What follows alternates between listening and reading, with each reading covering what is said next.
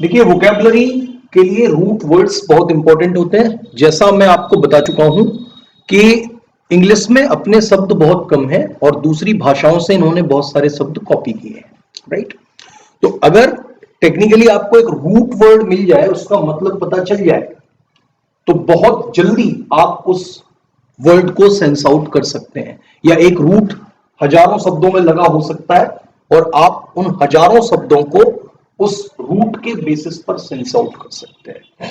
जो शब्दों की खोज करते हैं कि कौन सा शब्द कहां से आया, किस ओरिजिन से आया, हिंदी से, संस्कृत से, या ग्रीक से, या रोमन से, या लैटिन से, किस भाषा से आया, कब उसका आविर्भाव हुआ, तो वो लोग क्या खोजते हैं, मूल खोजते हैं कि शब्द का मूल क्या है, शब्द का रूट क्या है। और किसी चीज का मूल खोजना बड़ा कठिन होता है। कहते हैं ना, मूल खोजना बड़ा कठिन है नदियों का, वीरों का, धनुष छोड़कर गोत्र और क्या होता है रणधीरों का।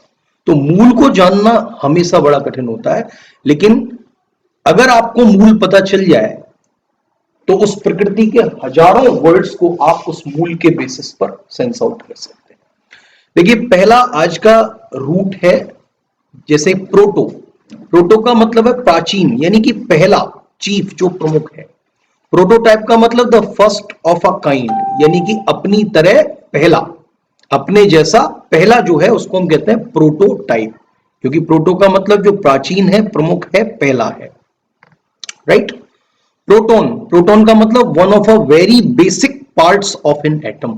प्रोटॉन एटम का क्या है, इलेक्ट्रॉन, न्यूट्रॉन, प्रोटॉन, ये बेसिक पार्ट है, ये सबसे आधारभूत पार्ट है, इसी से उसकी संरचना संभव है।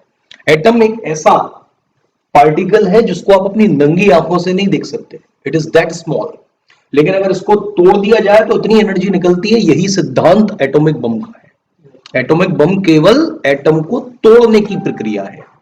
एक ऐसा पार्टिकल जिसको आप अपनी नंगी आंखों से देख नहीं सकते, अगर उसको तोड़ दिया जाए तो वो पूरे शहर को, पूरे जिले को तबाह कर सकता है एक साथ। तो प्रोटॉन का मतलब पॉजिटिवली चार्ज, इलेक्ट्रॉन का मतलब नेगेटिवली चार्ज, और न्यूट्रल क्या होता है, न्यूट्रॉन। तो एटम के ये बेसिक पार्ट है, इसको कहते हैं प्रोटॉन, यानी कि primitive, the first and cheap and most important part of the atom.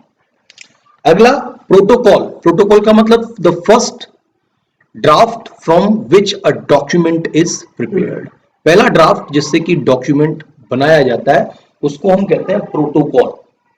हम प्रोटोकॉल कहते हैं ना भाई, पहले ये करना है, फिर ये करना है, फिर ये करना है। अगर आप डायरेक्ट अपने कमांडेंट से मिलने चले जाते हैं तो आप प्रोटोकॉल तोड़ रहे हैं। सबसे पहले आपको अपने हायर से जाना है, जिसकी रैंक आपसे हायर है। उसके अलावा फिर वो हायर होगा तो फिर उसके ऊपर जाएगा, फिर कमांडेंट के पास जाएगा, फिर चीफ तक पहुंचेगा। आप अपनी बात को सीधे जाके कमांडेंट से नहीं कह सकते, सीधे जाके चीफ ऑफ एयर स्टाफ से नहीं कह सकते। जैसा कल मेरे पास एक फोन आया था कि कुछ यूट्यूब पर एजुकेटर्स हो गए हैं, वो लोग यूट्यूब पर फ्री क्लासेस देते हैं और उसके साथ साथ क्या करते हैं कि कोई नोटिफिकेशन निकला, उसमें एज रिलैक्सेशन की बात है तो उसको लेके सीएसबी उनको पहुंचना है, यानी सेंट्रल एयरमैन सिलेक्शन बोर्ड पहुंचना है। इस तरह की बेवकूफियां होती हैं। मेरे पास हालांकि एक रिकॉर्डिंग है, उन्होंने कहा था कुछ शेयर करिए, तो मैं रिकॉर्डिंग जरूर बच्चों के साथ शेयर कर दूंगा, उसका क्या परिणाम हो सकता है। लेकिन प्रोटोकॉल को तोड़कर क्या कोई भी व्यक्ति डिफेंस एरिया में एंट्री ले सकता है? क्या आपको सीएसबी में घुसने दिया जाएगा? मैं समझता हूं नहीं, क्योंकि डिफेंस एरिया में सिविलियंस की एंट्री विदाउट प्रोटोकॉल के नहीं हो सकती, विदाउट आईडी कार्ड के नहीं हो सकती। ये सेंसिटिव एरिया है। लेकिन इतनी तो समझ होनी चाहिए जो टीचर्स डिफेंस की क्लास ले रहे हैं, कि प्रॉपर प्रोटोकॉल उनको फॉलो करना चाहिए। अगर आपको नोटिफिकेशन से कोई दिक्कत है, आप पत्र लिखें, उनका जवाब आता है तो go to the court. Court के पास सारे राइट्स हैं। कोर्ट बच्चों के हक में फैसला हमेशा सुनाता है, कभी बच्चों के अगेंस्ट नहीं जाता। लेकिन एयरफोर्स की भी अपनी बाध्यताएं हैं। ये कोई एसएससी थोड़ी है, दंगा करो, हंगामा करो, रिलैक्स ले लो। अभी आप देख रहे हैं कि ये कोरोना के बाद एग्जाम हुए यूनिवर्सिटीज के, और इन एग्जाम्स में यूनिवर्सिटी के आप देखते हैं कि बच्चों के 20-20% मार्क्स आए, किसी के 30% मार्क्स आए, क्योंकि ऑप्शनल बेस्ड कर दिया है। अब लेकिन ये भी है कि भाई ऑप्शन बेस्ड नहीं होना चाहिए ग्रेजुएशन के बाद जो भी आप चीजें पढ़ते हैं, तो इसीलिए तो आप एलएलबी वगैरह के जो एग्जाम देते हैं, बीएसए कॉलेज का शायद 99% फेल हुए बच्चे। अब इन्होंने हंगामा कर दिया कि भैया ये तो लोकतंत्र है, हंगामा करने का हमें अधिकार है, क्योंकि लोकतंत्र को भीड़ तंत्र हमें बनाना है, फायदा उठाना है बस। लोकतंत्र का मतलब कुछ भी बोलना, बस इकट्ठा हुए बच्चे, विद्रोह प्रदर्शन, कुलपति का पुतला फूंका और हम आग लगा देंगे, ये कर देंगे, पानी बहा देंगे, वही बड़ी बड़ी आसमानी बातें। लेकिन संस्थाओं को भी डर रहता है, पता नहीं किस लिए। तो संस्थाएं भी झुक गई। उन्होंने क्या किया कि जिसके 33% मार्क्स थे उसके 55 हो गए, अपने आप 20-25% नंबर बढ़ा दिए सब बच्चों को। अब इस तरह की प्रक्रियाएं यहाँ चलती हों, इस तरह का एजुकेशन सिस्टम यहाँ का हो, तो वहां कहां पार पाया जा सकता है, आप बताइए। कॉन्स्टिट्यूशन का जितना गलत अर्थ हम लगाते हैं, ये लोकतंत्र नहीं है, भीड़ तंत्र है, ये भेड़ तंत्र है। सरकार, अभी देखिए किसान आंदोलन को, आप सरकार ने कहा भाई कौन से 3 रूल हैं, कौन बताइए का क्या सर एमएसपी नहीं है, एमएसपी नहीं, लो एमएसपी ले लो, लिखित में दो, लिखित में ले लो। लेकिन उनको तो क्या नेतागिरी नहीं चलेगी, तो ठीक है भाई। और कोई समस्या, समस्या तो नहीं, तो नहीं साहब ये ऐसा करो, फिर आप किसानों की जमीन छुड़ा लोगे, उद्योगपति हैं उससे कॉन्ट्रैक्ट करेंगे तो उसमें किसान की जमीन को हड़प लेंगे। उन्होंने कहा वो बिल्कुल नहीं हड़पेंगे जमीन को, बिल्कुल किसान की सुरक्षित जमीन रहेगी, और बताओ क्या चाहिए। तो अब कुछ नहीं चाहिए, अब तो तीनों कानून वापस करो, मतलब खामा खाऊंगा। ये भेड़ तंत्र बन चुका है, ये लोकतंत्र नहीं है। और पॉजिटिव जब तक विपक्ष नहीं होगा तब तक लोकतंत्र में प्रगति देश की नहीं हो सकती। अब आप सोचिए कि एक व्यक्ति को अगर उसके पैर बांध के रखे जाएं कि भाई तू चल नहीं सकता, और सैकड़ों साल से, सदियों से, अब बताओ सैकड़ों साल से हम गुलामी तो थे, कभी अंग्रेजों के गुलाम थे, कभी मुगलों के गुलाम थे, तो जंजीर बड़ी कठिन थी। तो आदमी भूल ही गया चलना, कि मैं खुद भी इंडिपेंडेंट चल सकता हूं, क्योंकि उसको आदत कैसी होगी कि भाई मुझे चलना तो आता ही नहीं, मुझे तो बस ऑर्डर्स फॉलो करना आता है। तो गुलामी की मानसिकता इतनी घर कर चुकी है कि यहां के लिए तानाशाह ही उपयुक्त है। लोकतंत्र में आपको फ्रीडम मिली है तो इसको क्रिएटिविटी के साथ निभाओ। अगर हमें देश में स्वतंत्रता मिली हुई है बोलने की, तो अनावश्यक रूप से प्रेशर मत क्रिएट करो गवर्नमेंट पर। हाँ, सकारात्मक कोई चीज है तो उस पर आप चर्चा करो, लेकिन ये कौन सा तरीका होता है कि आप बस कुछ नहीं, अब दिल्ली में कोई नहीं निकलेगा, आप हाईवेज को जाम करके बैठे हैं। हाईवेज देश की धड़कन होती है, और ये मेरा खुद का एक्सपीरियंस है। मैं गया था यहाँ से इवन NH2 से, आप तलवल के ऊपर सरदार जी बड़े बड़े तंबू टेंट लगा के बैठे, भाई हमें किस लिए परेशान कर रहे हो आप, हम भी तो किसान हैं, हमारी भी किसानी है हमारे घर में। लेकिन पंजाब के किसान यहाँ आए हुए हैं खामा का हंगामा फैलाने, हम लोगों की लाइफ को नरक बनाने। आज यहाँ पे तो वैसे भी MSP पे नहीं खरीद होती है, सरकार सारी चीजों के लिए तैयार है, लेकिन लोकतंत्र को भेड़तंत्र हम जब तक नहीं बना देंगे ना, हम जब तक सरकार को बाध्य नहीं कर देंगे कुछ करने के लिए, जब तक हम कोर्ट को बाध्य नहीं कर देंगे, आप सरकार की नहीं मानेंगे लोकतंत्र में, और सुप्रीम कोर्ट की नहीं मानेंगे, वो हाईएस्ट ऑथोरिटी है। हम और तुम यह निर्णय करने वाले कौन होते हैं? सुप्रीम कोर्ट जो निर्णय करेगा वो सर्वमान्य होगा। अगर आप उसके अगेंस्ट जाते हैं तो कंटेम्प्ट ऑफ कोर्ट आप पे चलना चाहिए। आपको देश के सुप्रीम कोर्ट पे भरोसा नहीं है, आपको देश के सरकार पे भरोसा नहीं है, लेकिन किस पर? भेड़ तंत्र पे भरोसा है। बस इकट्ठे हो जाए वही 10-20-50 आदमी और बस हंगामा शुरू। तो ये प्रवृत्तियां कितनी घातक हैं लोकतंत्र के लिए, आप सोचिए। तो यहां पर इंडिया में ये हम मान चुके हैं कि भाई हमें तो बस गुलामी की ही आदत है। आज भी हम अंग्रेजों का ही कानून ढो रहे हैं, और इवन हम कहते हैं कि हमें सभ्यता देने का काम अंग्रेजों ने किया, क्योंकि उन्होंने IPC, CRPC, एविडेंस एक्ट, आप सारे के सारे एक्ट उठा के देख लें, सारे के सारे एक्ट, कोई 1800 का बना हुआ है, कोई 1900 में बना, यानी सारा कुछ अंग्रेजों ने हमें दिया। हाई कोर्ट की स्थापना उन्होंने, सुप्रीम कोर्ट की स्थापना उन्होंने, कि कैसे सभ्यता से समाज चलाया जाए ये अंग्रेजों ने हमें दिया है। जब हम कहते हैं कि भाई हमारा कॉन्स्टिट्यूशन, संविधान तो बाद में बना, तो संविधान क्या है? सब लॉ की माता है, जितने भी एविडेंस, जितने भी एक्ट हैं उन सब की मम्मी है। मम्मी का मतलब सबसे उत्पत्ति हुई है, उनके पिता है संविधान सभी लॉ के। लेकिन हम ये भी क्वेश्चन तो पूछते हैं साहब, ये संविधान कहां से पिता हो गए? इन पिता का जन्म तो 1947 के बाद हुआ है, और बच्चे घूम रहे हैं 1800 से, ये कहां से जन्म हुआ? तो हम तर्क दे देते हैं कि जन्म लेने के 2 तरीके होते हैं। एक तो आप खुद किसी बच्चे के बाप बने, या आपने किसी बच्चे को गोद ले लिया। तो संविधान ने क्या किया, जो 18 से जो बुढ़े बुढ़े बच्चों को गोद ले लिया। हम अपना भी लॉ बना सकते थे, लेकिन आज भी हम अंग्रेजों का लॉ फॉलो करते हैं। लॉ की कोई भी किताब उठा लें, एविडेंस एक्ट, कॉन्ट्रैक्ट एक्ट, कौन सा एक्ट है जिसको हम अंग्रेजों का नहीं फॉलो कर रहे? उन्होंने सभ्यता देने का काम किया। तो इस लोकतंत्र जो हमें मिला हुआ है, इसको और अच्छा बनाने की बजाय विरोधी पार्टियों का क्या है, केवल स्वार्थ सिद्धि के लिए कि कैसे भी ये सरकार चल नहीं जाए। राष्ट्रवादियों की सरकार आखिर आ कैसे गई? क्योंकि लोकतंत्र में बोलने का अधिकार तो केवल माइनॉरिटीज को है, उनके अनुसार मेजोरिटी को है ही नहीं। लेकिन आज जो राष्ट्रवादी सरकार आई है, उसका क्या टारगेट है? 370 खत्म। यानी जो घातक एक्ट हैं हमारे देश के लिए, उनको धड़ धड़ धड़ ऐसे ऑपरेशन किया है। खैर, सरकार की भी गलती है, सरकार को भी ऐसे ऑपरेशन नहीं करना चाहिए। क्योंकि आप देखते हैं ना कि कोई डॉक्टर अगर ऑपरेशन करता है तो सबसे पहले बीपी चेक करता है, आपके ब्लड के हीमोग्लोबिन, टीएलसी, डीएलसी, वो सब चेक करता है, आपका बीपी चेक करता है, तभी तो ऑपरेशन करता है। और अगर ये बीपी वगैरह संतुलित नहीं पाया जाता तो ऑपरेशन नहीं करता। वो कहता है कि भाई मैं ऑपरेशन नहीं कर सकता, घातक हो सकता है। लेकिन नरेंद्र मोदी ने धड़ाधड़ ऑपरेशन, राम मंदिर तो राम मंदिर बनेगा, 370 खत्म, सीएए, ये और वो, मतलब एक साथ ऑपरेशन। मतलब इस टेन्योर में आपको 2-3 साल हुए नहीं, आपने दे ऑपरेशन बिना देश का बीपी चेक किए। किसान के बिल, तो ये सब जो बिल है ना, ये किसान के अपलिफ्टमेंट के लिए है।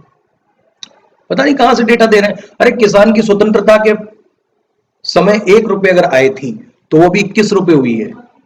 बाकी की सरकार क्या कर रही थी अब तक? तो जब अब तक नहीं हित हुआ इतने सालों में किसान का, तो अब इन लॉ को तो देख लो कम से कम, और इनमें कहीं कोई बुराई नहीं है। आप अगर गवर्नमेंट की मंशा पर संदेह करते हैं तो मुझे बताइए, नरेंद्र मोदी की मंशा पर आप किस लिए संदेह करते हैं? राहुल गांधी की मंशा पे संदेह किया जा सकता है, जयंत चौधरी की पे किया जा सकता है, मायावती की पे किया जा सकता है, लालू यादव की पे किया जा सकता है, और कोई नेता है उसकी पर किया जा सकता है। क्योंकि ये लोकतंत्र नहीं है इनकी परवारी में। क्या है ये? तानाशाही है, ये परिवारवाद है। लेकिन बीजेपी में तो कोई परिवारवादी नहीं है। और मैं कहता हूं मोदी का कोई आगे पीछे नहीं है। वो करेगा, करे किसके लिए करेगा? उसे जो करना है देश के लिए करना है। उसकी मम्मी है, वो भी बेचारी माताजी सामान्य जीवन जी रही है। उसकी पत्नी आज भी कमाती है, उसका भाई आज भी दुकानदार है, ठेला लगाता है, परचूने का सामान बेचता है, प्रधानमंत्री का भाई। तो उसको करना क्या है? मतलब क्या चाहते हैं आप उससे? और फिर अगर लोकतंत्र में आप हैं और अगर देश के लोकतंत्र में आपको भरोसा करना है तो चुनी हुई सरकार पर भरोसा आपको करना पड़ेगा, सुप्रीम कोर्ट पर भरोसा करना पड़ेगा, हाई कोर्ट की आपको माननी पड़ेगी, नहीं तो भेड़तंत्र हो जाएगा। फिर सीरिया में और यहां में अंतर क्या रहेगा? बस तुम ऐसा करो, बस किसानों के चक्कर में कुछ और बंदूकधारी खड़े कर दो, कुछ और पार्टियों के गुर्गे खड़े कर दो और वहां पर हंगामा करो, बम भटकाओ, गोलियां चलाओ। तो क्या देश की व्यवस्था इन चीजों से सुधरेंगी? मैं नहीं समझता कि कभी सुधरेंगी। तो जो भी देखते हैं बस आंदोलन आंदोलन। लेकिन डिफेंस एक ऐसा ऑर्गेनाइजेशन है, ये मैंने शायद फोन की कोई रिकॉर्डिंग है, मैंने बोला था अगर इस फोन में रिकॉर्डिंग हो तो उसको अपलोड कर देना। तो मेरी शायद किसी बच्चे से बात हुई, किसी का फोन आया, वो भी यूट्यूबर है, उसके भी कुछ यूट्यूब पे चैनल वगैरह चलता है। तो मैंने सारी चीजें उनको समझाई कि मतलब सीएस भी पहुंच गए, बस जय हिंद, ये सब डिफेंस को तो कम से कम भाई इनसे दूर रखो। एसएससी वगैरह ये अलग चीजें हैं। मुखर्जी नगर का पूरा मार्केट एसएससी की वैकेंसीज पर टिका हुआ है, लेकिन डिफेंस का तो अपना सिद्धांत है ना। डिफेंस लंगड़े घोड़ों को क्यों लेगा? मानसिक रूप से त्रस्त और बीमार घोड़ों को क्यों लेगा? वहां पे जाके फिर वो प्रोटेस्ट करेंगे।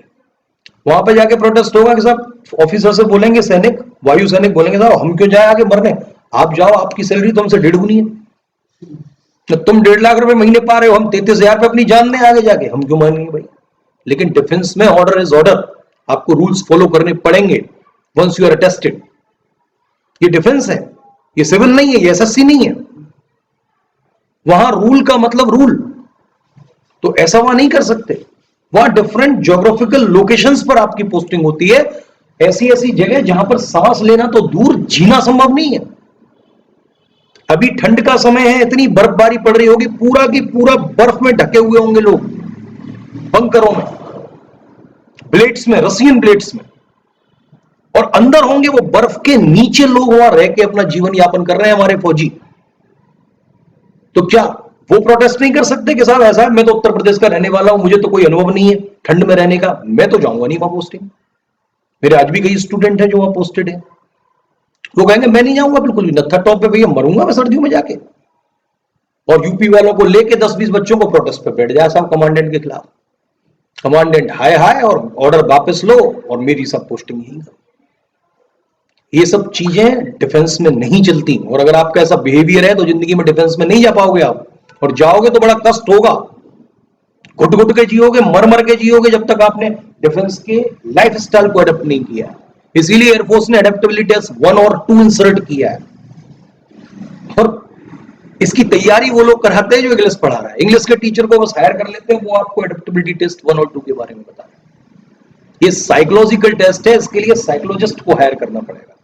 कदम ताल अभी उन्होंने स्टार्ट कराया ना, ये रनिंग से बेहतर अभ्यास है, क्योंकि कदम ताल में एक ग्रुप बिहेवियर देखा जाता है। आपको कदम से कदम मिलाना पड़ता है, अपने साथी का साथ निभाना पड़ता है, और एक ग्रुप की तरह काम करना पड़ता है।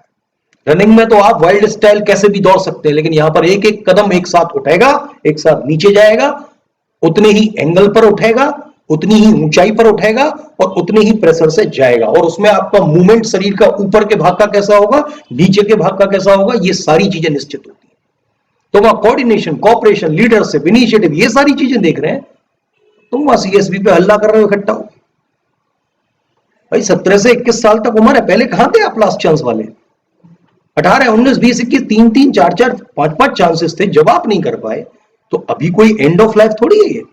आगे के लिए ग्रेजुएशन के बाद अपॉर्चुनिटीज पड़ी है, सीडीएस है, सीपीएफ है, एफकेट है, बहुत सारी एंट्रीज हैं, लेकिन फर्म डिटर्मिनेशन है, वो अच्छा हो तो वो पाया जा सकता है। लेकिन फालतू के हंगाम में खोर जो बच्चे हैं ना, वो कुछ नहीं कर सकते।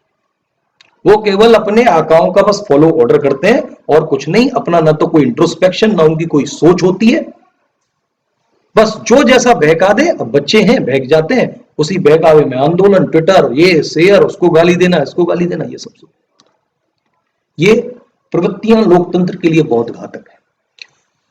अगला है a first draft from which the document is prepared, that is called protocol। तो प्रोटोकॉल बहुत इंपॉर्टेंट है। तो आपको अगर ऊपर तक जाना है तो प्रोटोकॉल के अनुसार जाना है। ऐसा नहीं आप डायरेक्ट प्रधानमंत्री की छाती पर चढ़ के पिस्टल लेके, हाँ भाई बता वैकेंसी निकाल रहा है या नहीं, हाँ भाई बता कानून वापस ले रहा है। लोकतंत्र में ये नहीं चलता। You have to follow the protocol. आप प्रधानमंत्री से मिल भी नहीं सकते। इतना बिजी आदमी जो पूरे देश को चला रहा है, उसको विदेश नीतियां भी देखनी है, यहाँ की नीतियां भी देखनी है, आपका विकास कैसे हो उस पर भी पॉलिसीज उसको बनानी है, और तमाम डिपार्टमेंट है वो सब एक व्यक्ति पूरे देश को रिप्रेजेंट कर रहा है।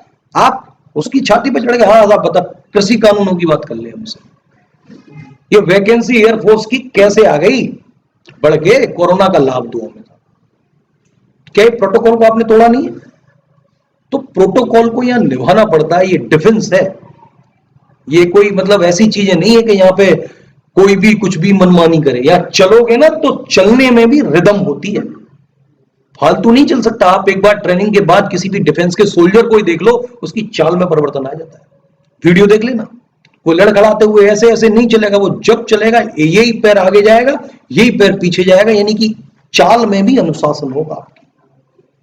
वो आपको जेंटलमैन बनाते हैं। तो they are looking for the gentleman cadets. इसीलिए वो पूछते हैं कि do you have it in you? आपके अंदर ये 15 अफसर लाइक क्वालिटीज हैं या नहीं?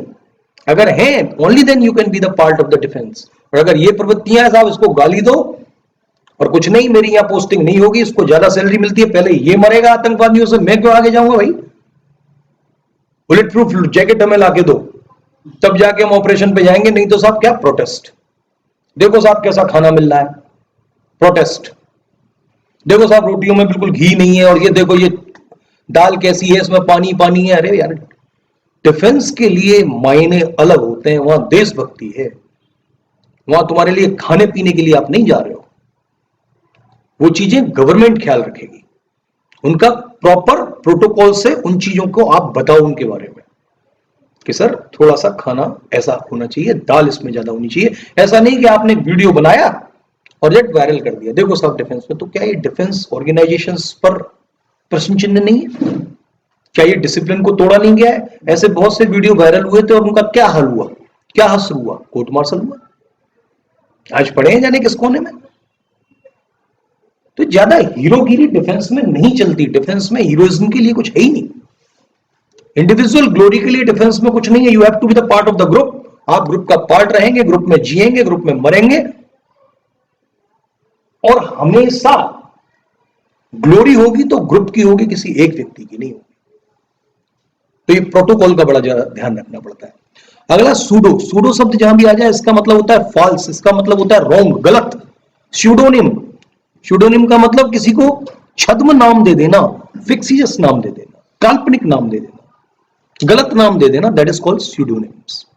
स्यूडो साइंस का मतलब छद्म विज्ञान, छद्म विज्ञान का मतलब ऐसी थ्योरीज जो प्रिज्यूम कर ली गई है, जो मान ली गई हैं, लेकिन अभी उनका कोई प्रूफ नहीं है, उनके साइंटिफिक नेचर का अभी कोई भी प्रूफ नहीं है, ऐसी थ्योरीज को बोलते हैं हम pseudo science. I hope I am clear. अगला सूडो प्रेगनेंसी का मतलब फॉल्स प्रेगनेंसी, छद्म प्रेगनेंसी, नॉट द रियल। तो सूडो शब्द इंग्लिश में कहीं भी आए इसका मतलब रॉन्ग यानी कि गलत या फॉल्स से संबंधित होता है। हमें क्लियर।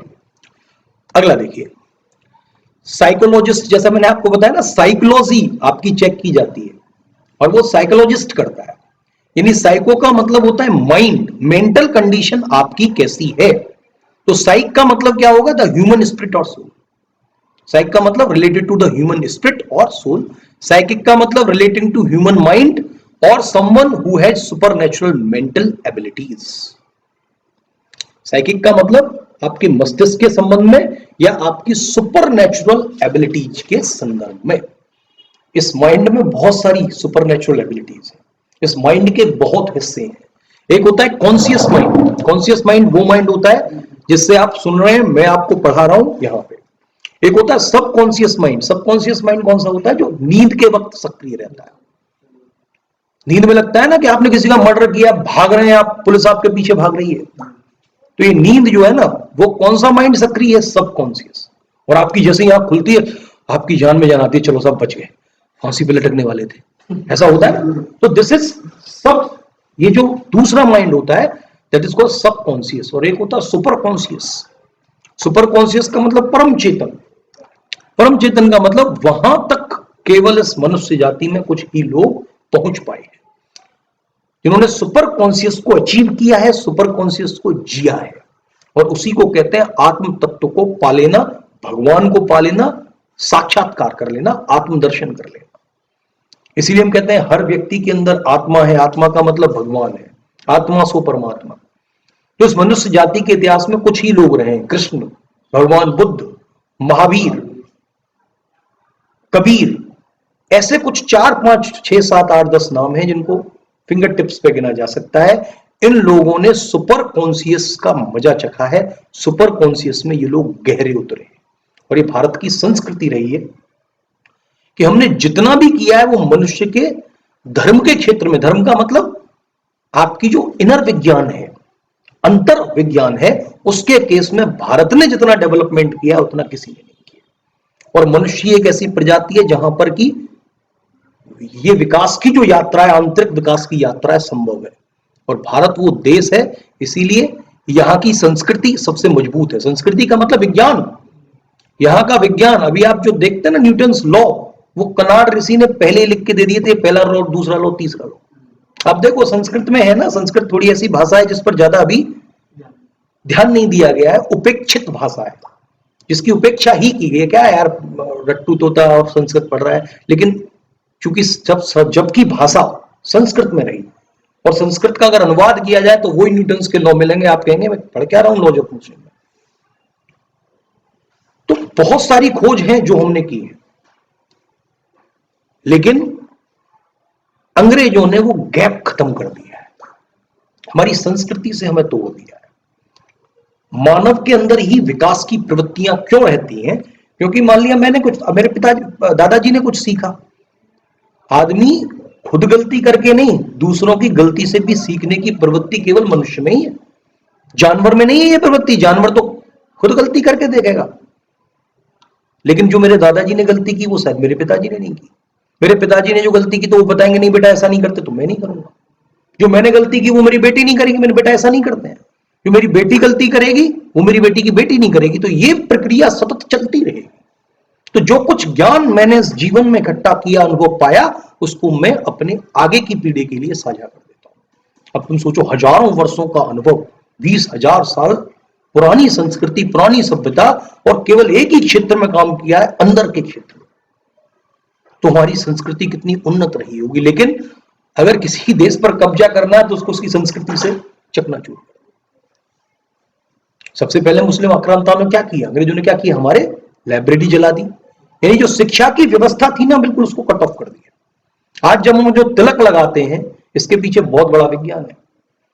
साइंस कहती है हमें नींद जब आती है, जब ये जो एक यहां इस जगह, ये तीसरी आंख जिसको हम कहते हैं थर्ड आई जिसको कहते हैं, जब हिप्नोटाइज्ड हो जाती है इन दोनों आंखों से। ये बड़ी अच्छी बात कह रहे हैं, आज्ञा चक्र।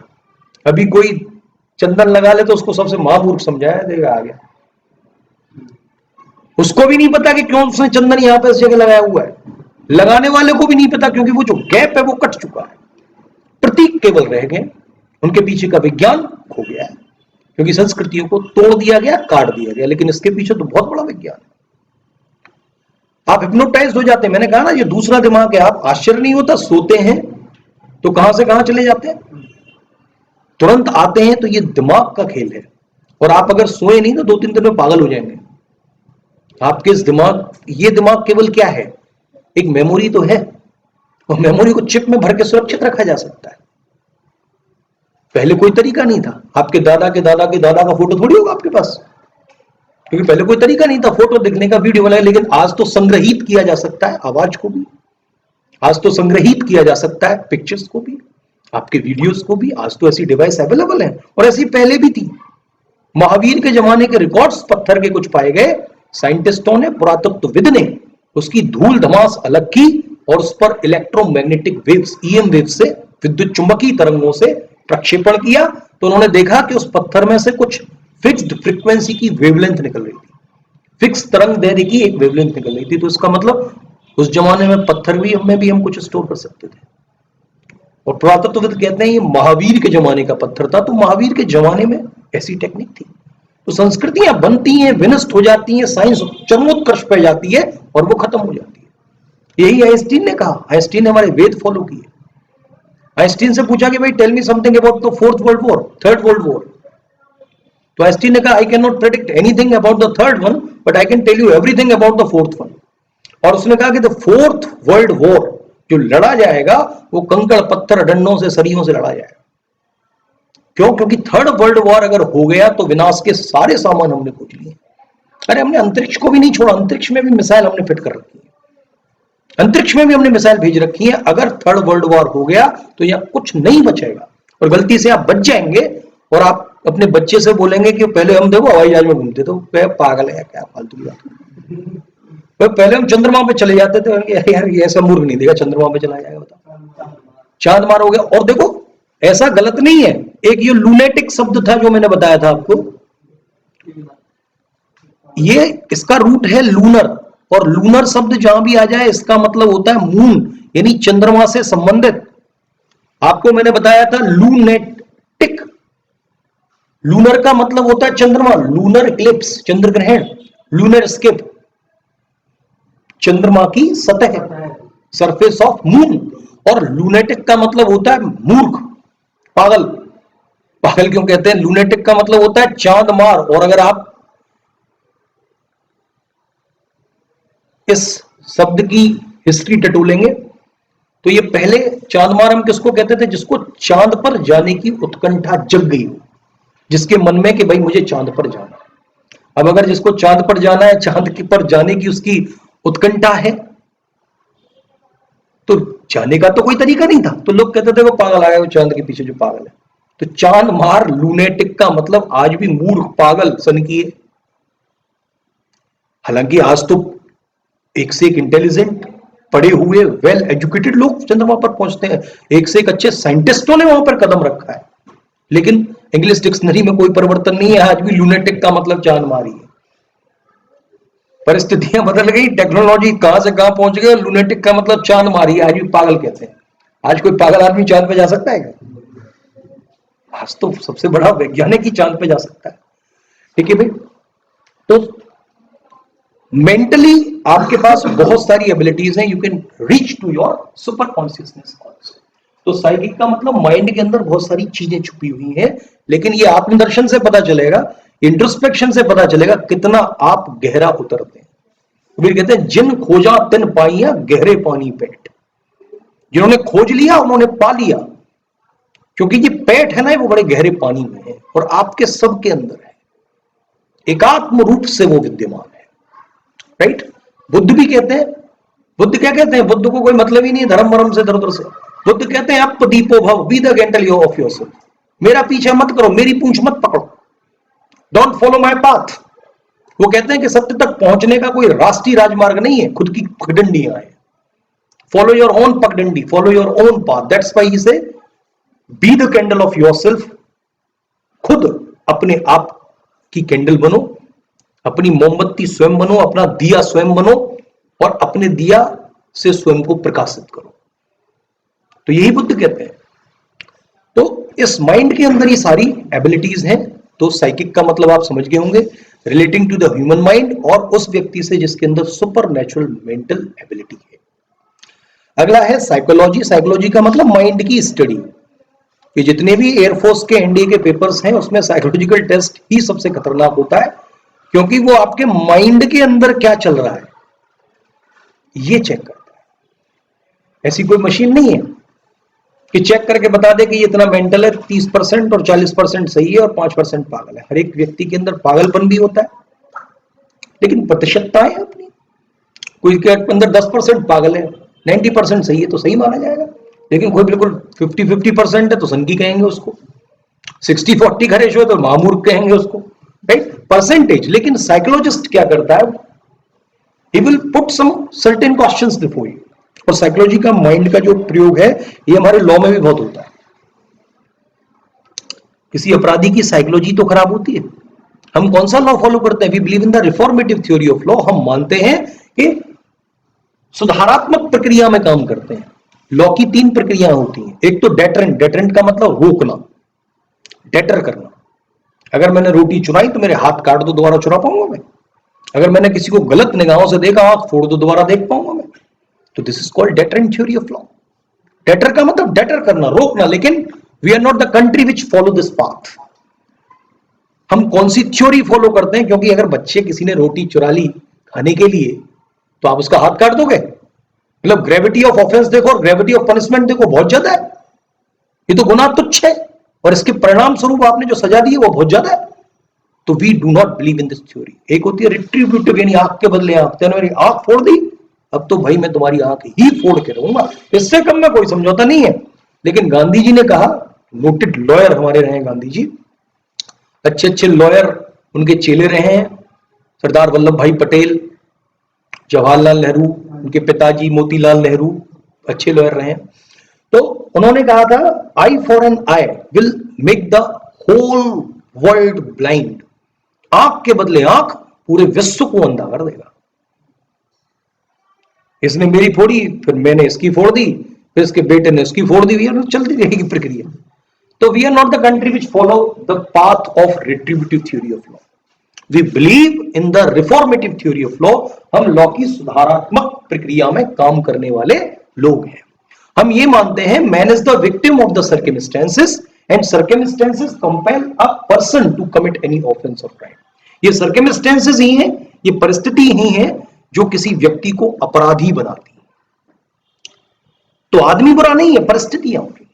इसीलिए तो जेल में कैदियों के मानसिक सुधार के लिए कार्यक्रम चलाए जाते हैं, किरण बेदी वगैरह जो चलाती थी, जिससे कि वो एंटी सोशल ना रहे, सोसाइटी का पार्ट बने। हम भी कोर्ट में जाके चिल्लाते हैं ना, बेल इज ह्यूमैनिटेरियन, बेल मानवीय है, बेल दो। भले ही इसने मर्डर किया, लेकिन मर्डर परिस्थितियों के वसीभूत किया है, इसको बेल दो। अपनी गर्लफ्रेंड से मिलने दो, अपने मम्मी से मिलने दो, पापा से मिलने दो, परिवार वालों से मिलने दो, उसको कम से कम समाज का बना रहेगा। और अगर ये इसको जेल में ही रखा तो जेल में तो एक से गुरु होते हैं, वो कहते हैं देखो साहब लूट करनी है तुम्हें, वो हथियार तुम्हारे पास है नहीं, तो क्या कर रहा है? कुछ नहीं करना, 10 रुपए किलो मिर्च, लाल मिर्च का पाउडर, बस एक मुट्ठी में लो। ये 2 लाख रुपए बैग में लेके जा रहा है, आंखों में मारो 2 लाख रुपए। ऐसी ट्रिक मिलेगी वहां तो तुम्हें, तो वहां तो गुरु में और अपराधी बना देंगे बड़ा, तुम्हें लूट नहीं की होगी, लूट और लग जाएगी अगली बार आप पे। तो केस जो चलता है वो चलता है स्टेट वर्सेस, और स्टेट वर्सेस क्यों चलता है, सरकार आप पर क्यों केस लगाती है किसी क्राइम का, because in our constitution law and order is the subject of the state. Law and order state का सब्जेक्ट है, it is the responsibility of the state to maintain law and order. कहानी समझ में आ रही है? अगर राजस्थान में अगर कोई आप कांड कर देते हैं और वहां की व्यवस्था है तो मोदी को दोष मत दीजिए, साहब हमने तो मोदी को प्रधानमंत्री चुना था और देखो राजस्थान में क्या हो रहा है। लॉ एंड ऑर्डर का मामला राज्य सरकार को गाली दीजिए, क्योंकि यह व्यवस्था राज्य सरकार की है, मोदी की नहीं। दिल्ली में शीला दीक्षित ने बहुत अच्छा काम किया, नो डाउट, लेकिन केजरीवाल ने क्या मुद्दे ले आया? केजरीवाल ने जैसे ही राजनीति में पदार्पण किया तो उनका केवल एक ही था, बस दूसरे पर कीचड़ उछालनी उसको, और कुछ नहीं। खुद का तो कुछ है ही नहीं, आज तक उसने एक पेड़ भी नहीं लगाया हुआ दिल्ली में, कोई मेट्रो वेट्रो तो चलाने की बात दूर है, कुछ नहीं किया उसने दिल्ली में। लेकिन शीला दीक्षित ने दिल्ली की पूरी कायाकल्प हो गया, दिल्ली शीला दीक्षित के राज्य में पूरी चमक गई, पूरी तरह से इतना जितना विकास हुआ। लेकिन शीला दीक्षित जी फिर भी चुनाव हार गई। उनसे पूछा था आप चुनाव हार गई, बताओ क्या? मूर्ख है। दरअसल क्या हुआ, केजरीवाल ने इतना गुमराह किया कि वो सेंटर के मुद्दों को स्टेट उसमें ले आया। भाई सेंटर में तो भ्रष्टाचार हुआ था, 2G घोटाला, ये स्कैम वो स्कैम, स्कैम वाली सरकार हो गई थी। और दिल्ली, लेकिन दिल्ली में तो डेवलपमेंट बहुत हुआ था, दिल्ली के लोगों को सहानुभूति थी शीला दीक्षित के साथ। लेकिन इसने दिल्ली के लोगों को ऐसा गुमराह किया कि देखो साहब ये तो कांग्रेस सरकार है, और कांग्रेस सरकार का मतलब पूरा भ्रष्टाचार है। तो केंद्र के भ्रष्टाचार को उसने राज्य में बना दिया। शीला दीक्षित भी भ्रष्ट हो गई उस चक्कर में, भाई ये पार्टी से जुड़ी हुई है देखो साहब, लेकिन उसने स्टेट में बहुत अच्छा काम किया। एजुकेशन के लिए, हॉस्पिटल्स के लिए जिनका वो आज श्रेय ले रहा है ना, ये सब उसी के बनाए हुए।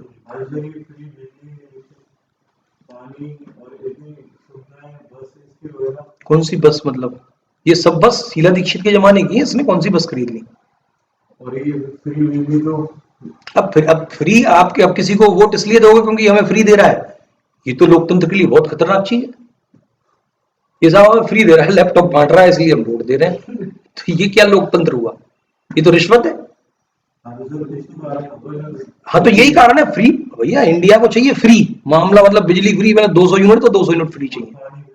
हाँ पानी फ्री, तो बिजली फ्री पानी फ्री, लेकिन कुछ लिमिट तक, उसके बाद फिर जो टैक्स लगता है वो और भी ज्यादा खतरनाक होता है।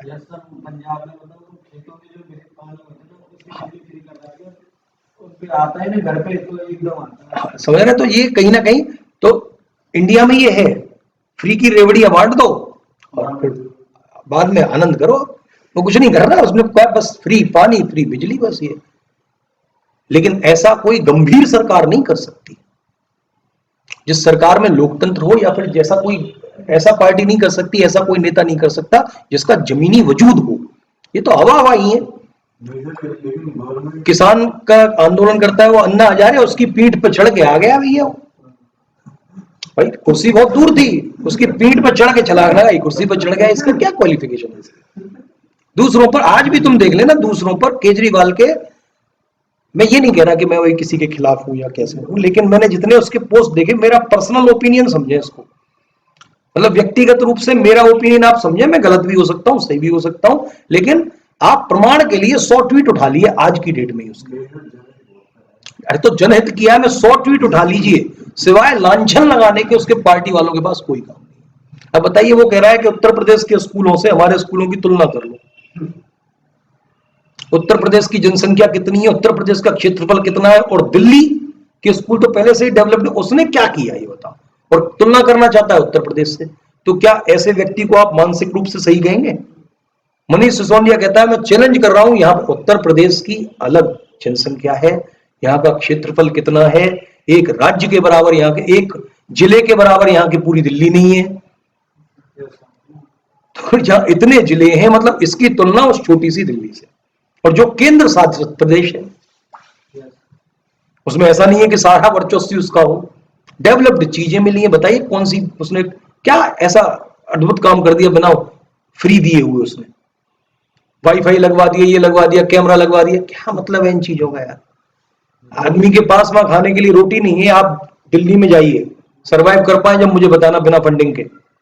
अगर कोई आपको फंड नहीं कर रहा ना, दिल्ली में आप 2 दिन नहीं रह सकते हैं होटल में। और कमरे लेंगे वो भी मुखर्जी नगर में, जो बच्चे रह रहे हैं उनसे पूछो कि क्या झेल रहे हैं वो लोग। 10,000 तो 8,000 से नीचे वहां कोई कमरा नहीं है। उसके बाद फिर ट्यूशन की फीस, फिर वहां रहने का खर्चा। खाओगे नहीं क्या? केवल रहोगे ही रहोगे। स्टूडेंट जो कमाता नहीं है, 15 से 20,000 तो जब पूरा आप खूब बचाओगे, कुछ नहीं खाओगे, व्रत रहोगे, तब खर्चा होगा। इतनी महंगाई है। केजरीवाल ने, मुझे नहीं समझता कि स्टूडेंटों को क्या दे दिया भाई। मुखर्जी नगर की कौन सी कंडीशन चेंज हो गई? पार्क जो अच्छे थे उनमें लोहा पटकवा दिया, जिम करो साहब। जो दिल्ली के पार्क हैं उनमें जिम के सामान लगा दिए हैं। ये सब छोटी मोटी चीजें हैं, इनसे आप हाँ ओपन जिम है, ओपन में साहब आप जिम करो। तो केजरीवाल किनका यार, गवर्नमेंट दिल्ली में तो गवर्नमेंट स्कूल पहले से ही अच्छे हैं, वो पहले से ही डेवलप्ड है। गवर्नमेंट हमेशा अच्छा जाता है उनका रिजल्ट, सब वेल क्वालिफाइड टीचर्स हैं और सब टीचर टाइम पे आते हैं। दिल्ली का मतलब आप समझो, तो अगर दिल्ली के किसी सरकारी विद्यालय में पढ़ रहे हैं तो यहाँ के टॉप मोस्ट प्राइवेट स्कूल में पढ़ रहे हैं, उससे भी बेटर है वो। और चाहते हैं लोग वहां पर केंद्रीय विद्यालय में हो एडमिशन, या फिर दिल्ली के सरकार के विद्यालय में हो। उसका कारण है कि फीस कम होती है वहां की और अच्छी पढ़ाई है, इसीलिए वो प्राइवेट में नहीं जाते।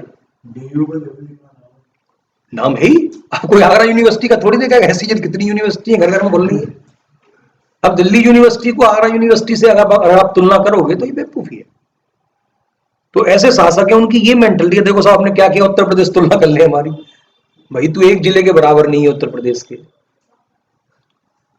और मेरी समझ में नहीं आ रहा कि क्यों तुलना करने आप बैठ गए हो। ठीक है, तो सरकार सबके लिए करती है। और संविधान में ये आपको बता देता हूं, एजुकेशन भी स्टेट का ही सब्जेक्ट है। It is the responsibility of the state to maintain the aspects of the education. तो ये राज्य सरकार की जिम्मेदारी, राज्य सरकार कर रही है नहीं। यहाँ पे तो ये हालत है, सरकारी जो टीचर हैं उनको सैलरी कितनी मिल रही है? 70,000 रुपए, 1-1 लाख रुपए। और वो क्या करते हैं? कुछ नहीं, हाँ भाई लाला, हाँ बीड़ी का बंडल ले गई बस। क्या चल रहा था कल? वो बस 2 बीड़ी उसने जलाई, एक वो पी रहा। स्टूडेंट आप बैठे हुए हैं आराम से। 60-70 हजार स्टूडेंट, कितने? 2-3-4 स्टूडेंट। तो पहले आप स्टूडेंट कलेक्ट कर लो। Getting my point? तो वहां पर टेक्निकली क्या, स्टूडेंट ही नहीं आते। अब क्या कर रहे हैं? मिड डे मील बने, ऐसा करो तुम खाना वाना मत खाया करो, यहाँ खा जाओ। और देखो अगर स्कूल आओगे तो तुम्हें राशन भी मिलेगा, वो राशन भी दे रहे हैं फ्री में, जिससे कि वो किसी तरह स्कूल आ जाए। बच्चे ही स्कूल आने को तैयार नहीं है, टीचर तंबाकू नहीं खाए तो क्या करें बताओ। और जो कर्मठ टीचर होगा, मेरे पास एग्जाम्पल है ऐसा कर्मठ टीचर होगा, वो ऐसी व्यवस्थाओं से दूर भागेगा। मेरे पास आज भी एग्जाम्पल है, एक टीचर है, श्री युवा विद्यालय से गए चंद्रपाल जी सर। उन्होंने अप्रोच किया कि भाई मैं ये तो व्यवस्था छोड़ना चाहता हूं। प्राइवेट से गवर्नमेंट में गया, सैलरी में करोड़ 15,000 का डिफरेंस होगा वहां पे। यहाँ पे अगर उनको 60 मिलते होंगे तो वहां पे कम से कम उनको 75 मिलते होंगे। लेकिन जब व्यवस्थाएं देखी, टीचर कामचोर देखे, तो कर्मठ जो आदमी जिसने पूरे जीवन भर कर्म किया है, बच्चों का भला किया है, बच्चों को पढ़ाया है, मैथमेटिक्स पढ़ाते हैं वो भी, तो उन्होंने कहा कि भाई मैं इस व्यवस्था को छोड़ के वहीं आना चाहता हूं कम सैलरी पे। तो कुछ लोग ऐसे भी होते हैं, एक्सेप्शंस हर जगह है। ठीक है भाई, आगे बढ़ते हैं। और जो भी विचार हैं ये मेरे हैं, ठीक है, इसमें मैं कॉपीराइट अपना ले रहा हूं। अगर आपको कुछ लगे कि साहब नहीं आप केजरीवाल के समर्थक हो, तो हो, आपको कुछ ना कुछ तो अच्छा लगा होगा। मुख्यमंत्री को ऐसी थोड़ी बन बैठा है भाई, लेकिन मुझे मेरे एनालिसिस के हिसाब से वो अच्छा नहीं है। हाँ बस कुछ ये रहस्य में जियो, इंडिया में रहस्य में जीने की बड़ी आदत है, कुछ तो बात होगी। हाँ कुछ तो है।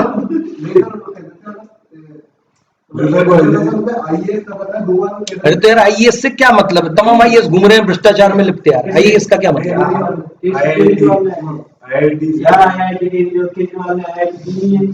आईआईटी में उसकी बेटी होगी। चलो छोड़ो, ये बहस का मुद्दा नहीं है, ये पार्टी की प्रवक्ता की वो नहीं है, लेकिन ये मेरे विचार हैं, इसीलिए मैं कह रहा हूं आप मत लगाओ, आप केजरीवाल को खूब वोट दो, मुझे कोई परेशानी नहीं है। लेकिन अगर मैं उसके ट्वीट्स देखता हूं ना, जिस बंदे का जन्मी क्रिटिसिज्म पे हुआ है, दूसरे पे कीचड़ उछालना उसकी क्या प्रवृत्ति है, ये उसका गुण है, और अभी भी उछाल रहा है। कल परसों का देखो साहब सेंट्रल गवर्नमेंट क्या कर रही है, सेंट्रल गवर्नमेंट ने ब्रेड बनाए, खुद उद्घाटन करने पहुंची लाओ सब। ये क्या मतलब, ये बचपना मेरी समझ से बाहर है। ठीक है भाई, यहां तक क्लियर है। अगला देखिए आप, रूट देखिए, रूट रह जाएंगे नहीं। पंगा, पंगा जानते हैं? हाँ, पंगा हो गया ना। तो PUGNA या PUNG शब्द आ जाए, इसका मतलब होता है फाइट करना, लड़ना। पंगेसियस का मतलब जो क्वेरलसम है, जो फाइट करता रहता है, एग्रेसिव है, बहुत ज्यादा आक्रामक है, कुछ बोला नहीं और तुरंत वो लड़ा नहीं। तो ऐसे आदमी से और दूर भागते हैं लोग, पता नहीं क्या बीमारी है। आगे है, अगला है री पंगेंट। री का मतलब दोबारा, पंजेंट का मतलब है फाइट। तो डिस्टेस्टफुल, इसको कहते हैं डिस्टेस्टफुल या ऑफेंसिव या फिर रिवोल्टिंग। अगला पंजेंट का मतलब तीखा, कहते हैं it is having pungent smell. Pungent, हाँ पंजेंट तीखी गंदी टाइप की स्मेल, हाँ चिरपुरी। अगला रूट वर्ड देखिए,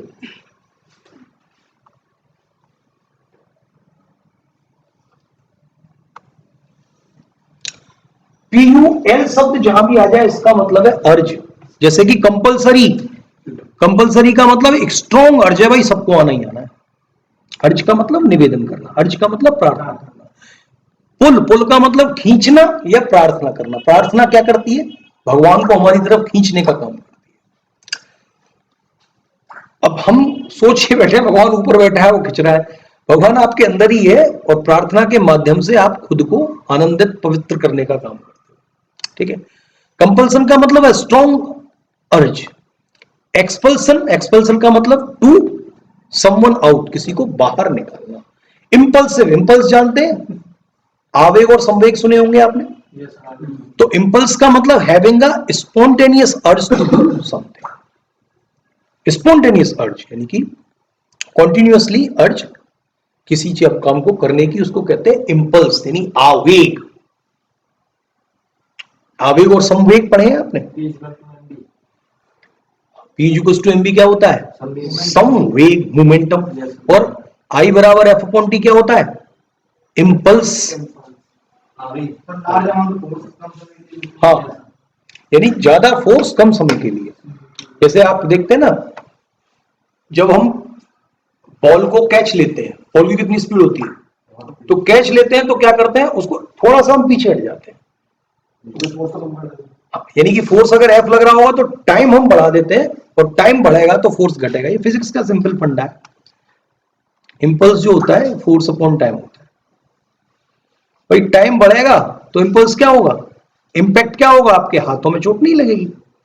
और टाइम अगर घटेगा तो फिर ज्यादा हो जाएगा ये। ठीक है ना। तो बॉल आ रही है, वो इंपैक्ट मारेगी, फोर्स मारेगी। आपने क्या किया, जैसे यहां फोर्स मारा, टाइम बढ़ा दिया, टाइम बढ़ा दिया तो इंपल्स घट गया, आपके हाथ आहत नहीं होंगे, चोट नहीं लगेगी।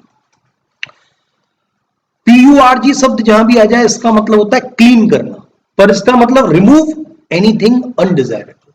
पर इसका मतलब जो अनडिजायरेबल है, बेकार है, जिसको आप हटाना चाहते हैं उसको हटाना। ठीक है। अगला है परगेटरी का मतलब होता है अकॉर्डिंग टू रोमन्स कैलेंडर, जहां पर आत्माएं धुलती हैं। हालांकि हमने खुद की पता नहीं रहती है, स्वर्ग नरकों के नक्शे खींच रखे हैं, और डराने की भी ये प्रवृत्तियां कि यहाँ इंडिया में चूंकि गर्मी ज्यादा रहती है, तो यहां अगर मर गए, कोई तुमने गलत काम किया, तो आपको क्या करेगा, कढ़ाई में तेल होंगे और उनमें पापड़ तलाए जाएंगे, तुम्हारे पटक दिया जाएगा। वो आदमी डरेगा यार, पापड़ बनेंगे वहां जाकर, गलत काम मत करो। हाँ, गरुड़ पुराण में है, जिस पुराण में भी, हाँ मृत्यु की सारी चीजें गरुड़ पुराण में है। और चलो गरुड़ पुराण से आगे बढ़ते हैं, क्योंकि हम अंग्रेजों के गुलाम हैं। ठीक है ना। अब विदेशों में क्या होता है, विदेशों में पड़ती है ठंड, तो वहां पे तो पापड़ बनने तो बढ़िया बात है, भाई ठंड से मुक्ति तो मिल रही है कम से कम। तो वहां के जो नरक है ना, वहां पर लोगों को गलाया जाता है, डराना ही तो है। तो हमने स्वर्ग नरक के खामखा नक्शे खींच रखे हैं और अपनी खुद की पता नहीं है। तो रोमन कैलेंडर के अनुसार, यानी कि रोमन जो कैथोलिक्स होते हैं, रोमन जो मान्यताएं हैं, उनके अनुसार ये ऐसी जगह होती है जहां पर आत्माओं की शुद्धि होती है। Must clean themselves of sin, पापों से मुक्ति मिलती है, पाप यहां धुलते हैं। यहां तो कोई ज्यादा जरूरत ही नहीं है इधर उधर की, गंगा ही चले या धोया फिर पाप करो, राइट। अगला देखिए, अब ऐसे गंगा जी में पाप धुल जाए तो कितना आसान हो जाएगा चीजों को करना। एक्सपरगेट का मतलब, एक्स का मतलब बाहर, तो remove objectional passage from a publication. किसी पब्लिकेशन में जो ऐसा पैसेज है जिससे ऑब्जेक्शन उठ सकता है उसको हटा देना, एक्सपरगेट। ठीक है भाई, ग्रहण पुराण आपको सारी चीजों की नॉलेज है, ग्रहण पुराण। हाँ बिल्कुल। अगला देखिए, पुट। पुट का मतलब थिंक, जैसे कंप्यूटर होता है ना, को का मतलब टू एंड टुगेदर और पुट का मतलब सोचना। तो एक ऐसी इलेक्ट्रॉनिक डिवाइस जो सोचने का काम, आजकल तुम्हें कुछ नहीं सोचना, सारा काम किस पे चल रहा है, artificial intelligence. What is artificial intelligence? अगर मुझे एक मार्कर चाहिए या मुझे एक एसी परचेज करना है, आप एक बार गलती से गूगल में सर्च कर लो कि I want a AC, Voltas AC, तो उसके बाद क्या होगा, अगर आप यूट्यूब खोलोगे उस पर भी देखो साहब एसी इतने का मिल रहा है। अगर आप कोई अपने एनसीईआरटी की वेबसाइट खोलोगे तो वहां पर भी बगल में आ जाएगा एसी केवल इतने रुपए का, तुरंत खरीदे। कुछ भी खोलोगे वो एसी का ऐड आपका पीछा नहीं करेगा अनटिल एंड अनलेस, जब तक आप ऑर्डर नहीं कर दे। तो आपकी आईडी की सारी एक्टिविटीज नोट होती है। हम आधार कार्ड बनवाना हो और मोदी जी कहते हैं कि भाई आधार कार्ड बैंक अकाउंट से लिंक करो, तो हंगामा कर देते हैं लोग। लेकिन फेसबुक और गूगल बेचारे मुस्कुराते रहते हैं पीछे बैठ के, सारी की सारी इंफॉर्मेशन उनके पास होती है। उनके पास ये भी इंफॉर्मेशन होती है कि कब किसका बर्थडे, तुम्हें क्या पसंद है क्या ना पसंद है, पूरे बिहेवियर का एनालिसिस गूगल आपको करके दे देगा। इसी को हम आर्टिफिशियल इंटेलिजेंस कहते हैं। आप जब एक ईमेल आईडी बनाते हैं तो गूगल आपसे प्रश्न करता है क्या क्या पसंद है, क्या क्या ना पसंद है, और फिर जो आप यूट्यूब पे देखते हैं अपनी ईमेल आईडी से, सबसे पहले तो देखो ये रेकमेंड रहती है चीजें, क्योंकि ईमेल आईडी से देखेंगे तभी तो आपके बिहेवियर का पता चलेगा।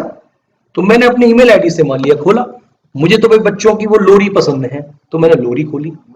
हाँ, तो अब बच्चों के जो आइटम्स हैं वो मुझे दिखाए जाएंगे, फालतू के रिकमेंडेड वीडियोस में कोई पिक्चर थोड़ी दिखाएगा मेरे को, ना कोई लेक्चर दिखाएगा। अगर आपने एनडीसीए कोचिंग के चैनल को सब्सक्राइब किया है तो उसके नोटिफिकेशन आपको आते रहेंगे। ठीक है, हर एक वीडियो के नहीं, इसीलिए मैंने ये यूट्यूब बाजी बंद कर दी है। 1 लाख फॉलोवर्स अभी भी मथुरा लेवल बहुत बड़ी बात है, और अब से नहीं बहुत दिन से, घटते रहते हैं, घटे कोई दिक्कत नहीं। हाँ तो बढ़ गए फिर घट गए, घटते रहते हैं। सर्वर नहीं समझते, ये इंटेलिजेंस का काम है, मतलब ये इसी को कहते हैं आर्टिफिशियल इंटेलिजेंस। हाँ साइकोलॉजी समझ जाते हैं। तो आप समझ रहे हैं ये है हमारी साइकोलॉजी, यानी कि आर्टिफिशियल इंटेलिजेंस पर काम कर रहा है कंप्यूटर। तो इलेक्ट्रॉनिक डिवाइस भी सोच रही है, नहीं सोच रही, आपसे ज्यादा सोच रही है। आप बता देगी आपको कि क्या चाहिए क्या नहीं चाहिए, कौन सी चीज आपको पसंद है कौन सी नापसंद है, कौन से वीडियोस पसंद है, किस तरह के रिलीजियस नेचर के देखते हो आप, कैसे देखते हो, गरुड़ पुराण देखते हो या फिर कुछ और देखते हो, ओशो सुनते हो या फिर कुछ और कोई दार्शनिक को आप सुनते हो, एक्सेट्रा। तो computer is an electronic device, electronic thinking device जो सोचने का भी काम करती है। डिस्प्यूट, डिस्प्यूट का मतलब लड़ाई, to disagree with what another person think. जो दूसरा आदमी सोचता है आप उससे डिसएग्री हो गए तो आपके अंदर डिस्प्यूट हो गया। इनपुट कहते हैं ना, इनपुट अंदर, हाँ। तो इनपुट, इनपुट का मतलब contribution of one's thinking, contribution of one's thinking. Am I clear with this? Any problem to anyone in this, in these roots? Okay, आज की चर्चा में आगे बढ़ते हैं। देखो भाई, आज मैं डिस्कस आपके साथ करूंगा ट्रांसलेशंस।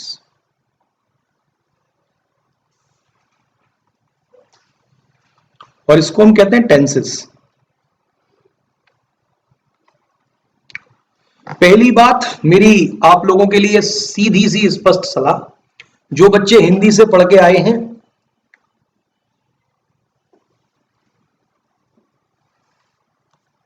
आहत मत होना मेरी बातों से।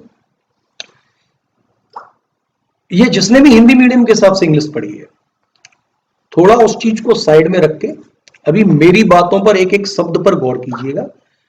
इंग्लिश चलती है कंडीशंस के हिसाब से, हिंदी के हिसाब से इंग्लिश नहीं चलती। इंग्लिश अच्छा करने का यही तरीका है कि आप इंग्लिश में सोचना शुरू कर दें।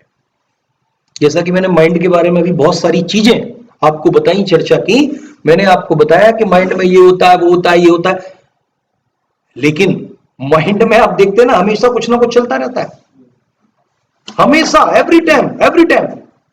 आप शांत नहीं रहते, ये बैठा हुआ है और मैं यहां पे बैठा हुआ हूं और मैं इसके बारे में सोच रहा हूं, जो कि कोई लेना देना नहीं। Getting my point? तो कुछ ना कुछ हमेशा हमारे दिमाग में चलता रहता है, और अगर अंग्रेजी अच्छी करनी है ना, हिंदी में चलता रहता है ना, उसको केवल अंग्रेजी में सोचना स्टार्ट कर दो, इंग्लिश आपकी मतलब ड्रेस्टिकली इट विल इंप्रूव, ये पूरी तरीके से आपकी इंप्रूव करेगा। You are getting my point और नॉट? तो पहली चीज तो इस पे तिलांजलि दे देना, और दूसरा मैं मानता हूं कि किसी भी कंपटीशन की तैयारी के लिए जो वॉल्यूम है हिंदी मीडियम के बच्चों का वो बहुत ज्यादा होता है, आयतन बहुत ज्यादा होता है, लेकिन डेंसिटी बहुत कम होती है। डेंसिटी का मतलब होता है घनत्व, तो समझिए मैं कहना क्या चाह रहा हूं, क्योंकि हो सकता है कि ये चीजें आपको समझ में ना आए, कोई सिंपल भाषा में समझा दे तो वो ज्यादा अच्छा समझ में आ जाए। वॉल्यूम का मतलब होता है आयतन, और घनत्व का मतलब होता है डेंसिटी। Getting my point? तो वॉल्यूम तो बहुत ज्यादा होता है, यानी कि जो स्टूडेंट्स हैं वो बहुत ज्यादा होते हैं। जहां भी आप कोचिंग में देखें बल्क है, भेड़ बकरियों की तरह बच्चे भरे हुए हैं, इसका मतलब आप उनसे पूछना 99.99% बच्चे आपको हिंदी मीडियम से मिलेंगे। तो मैं मानता हूं कि आपका आयतन बहुत ज्यादा है, आपकी संख्या बहुत ज्यादा है, लेकिन unfortunately I want to say those who are preparing for Indian Air Force और एनडीए और some other exam like CLAT, English language आपकी बहुत अच्छी होनी चाहिए।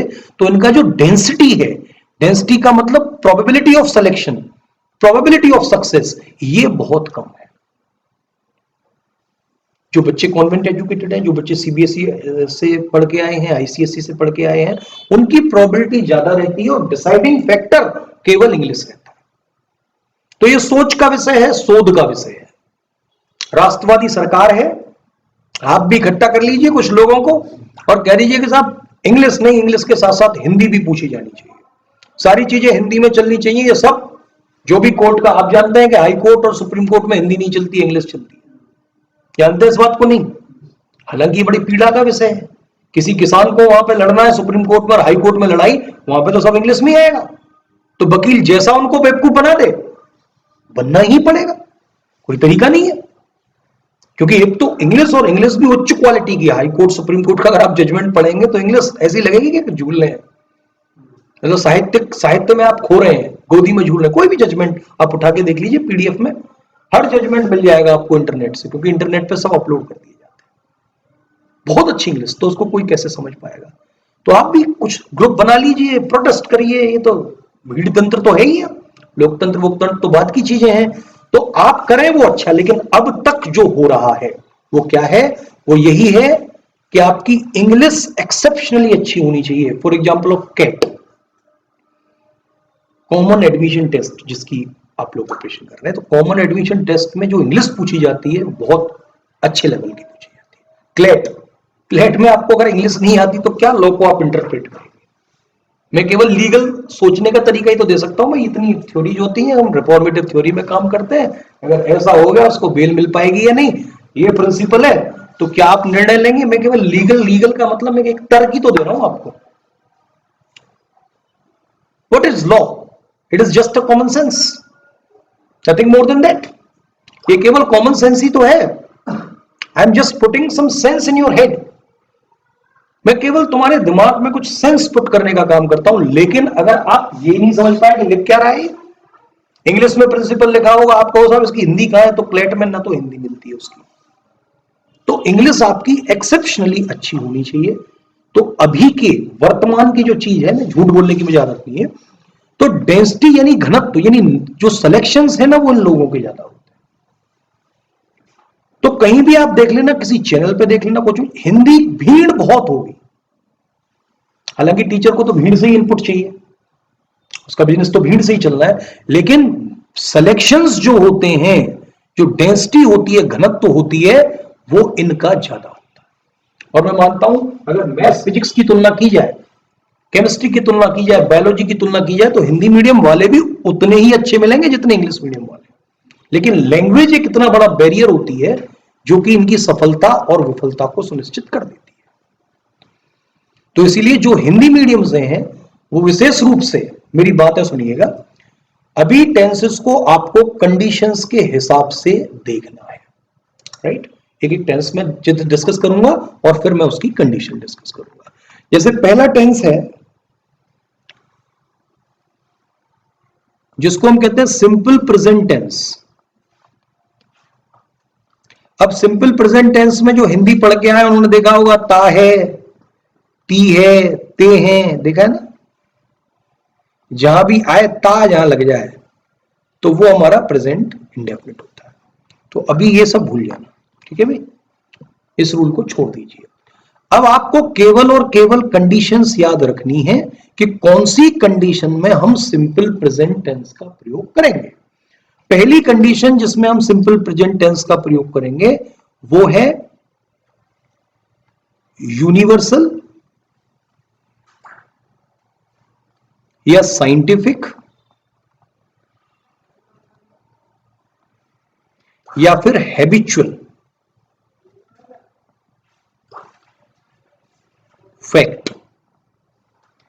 यानी अगर कोई यूनिवर्सल यानी सार्वभौमिक सत्य, सार्वभौमिक सत्य का मतलब कि यूनिवर्सल फैक्ट है, उसकी कहीं भी चर्चा चल रही है तो आपके दिमाग में केवल एक टेंस होना चाहिए, वो सिंपल प्रेजेंट। यूनिवर्सल जैसे जैसे sun rises in the east, सबको पता है भाई, ये प्रकृति का नियम है। The sun rises in the east. और क्या है? Honesty is the best policy. सार्वभौमिक सत्य है, ईमानदारी से ही आगे बढ़ा जा सकता है, बेईमानी से तो टंकरे ही लगते हैं। किसी की पीठ पर चढ़ के जंप मारने से कहीं ना कहीं खतरे में पड़ सकते हो आप। काठ की हड्डियां बार बार नहीं चढ़ती, ठीक है। तो universal fact, I hope I am clear with this. Sun rises in the east, this is universal fact. Honesty is the best policy, universal fact, ठीक है। अब हम आते हैं, दूसरा फैक्ट है साइंटिफिक फैक्ट। साइंटिफिक फैक्ट का मतलब होता है वैज्ञानिक तथ्य, विज्ञान के द्वारा जो प्रतिपादित तथ्य है। जैसे कि अगर राइजिंग की बात हो रही है तो मैं कहूंगा विज्ञान के द्वारा एक बात कही जाती है कि प्रकाश हमेशा सीधी रेखा में गति करता है, यानी कि लाइट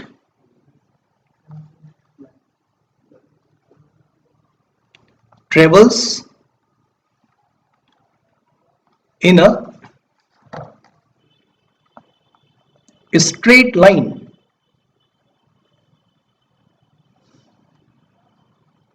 यानी प्रकाश हमेशा सीधी रेखा में गति करता है। और देखिए, पहले हम ये मानते थे ना कि सूर्य हमारे चारों ओर चक्कर लगाता है, लगता भी है यार। सुबह सुबह देखो यहां से तो उगता है ईस्ट से, और हमारे पूरा चक्कर काटता हुआ कहा जाता है वेस्ट में। तो शुरुआत में ये पश्चिम के धर्म ग्रंथों में लिखा हुआ था, इंडिया के तो बहुत साइंटिफिक है। पश्चिम के धर्म ग्रंथों में लिखा था कि सूर्य हमारे डेली चक्कर काटता है पृथ्वी के। लेकिन एक साइंटिस्ट हुआ, उसने कहा ये तो सब गलत बात है, सूर्य हमारे क्यों काटेगा, हम सूर्य के काटते हैं। उसने कहा अच्छा तुम कोई ज्यादा इंटेलिजेंट हो, धर्म से ज्यादा जानते हो। मैंने हाँ जानता हूं धर्म से ज्यादा, मेरे पास प्रूफ है, मैंने थ्योरी प्रूफ की है। तो अच्छा ऐसी बात है, तो ठीक है ऐसा करो, उसको सूली पे लटका दो। उसको बेचारे सूली पे चढ़ा दिया। लेकिन बाद में हमें पता चला कि पृथ्वी ही सूर्य के चारों ओर चक्कर लगाती है। हालांकि ये बात और है कि न्यूटन ने इसको भी डिमनेस कर दिया। उसने सेंटर ऑफ मास का पाठ पढ़ाया, उसने कहा था सेंटर ऑफ मास की वजह से हमें लगता है कि हम सूर्य के चक्कर लगाते हैं, जबकि वास्तविक ऐसा नहीं है, वास्तविक रिलेटिव मोशन होती है। ये सेंस है ना आपके दिमाग में न्यूटन का। लेकिन हम क्या मानते थे, अर्थ revolves around the sun।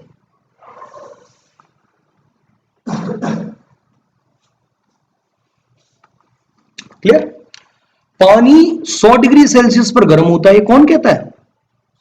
Science ही तो कहती है, आपने थोड़ी नापा थर्मामीटर से। तो water boils at 100 degree Celsius.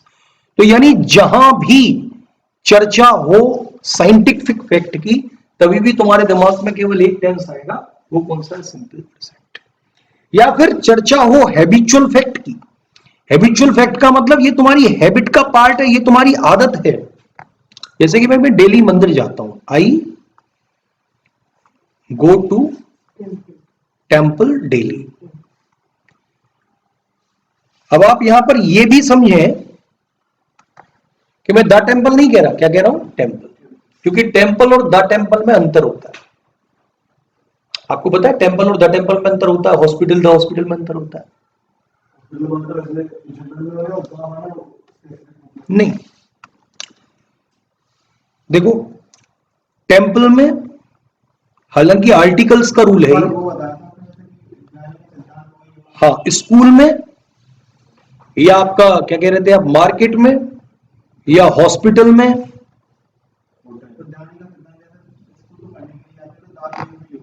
देखिए इन जगहों, किसी जगह पर जाने का,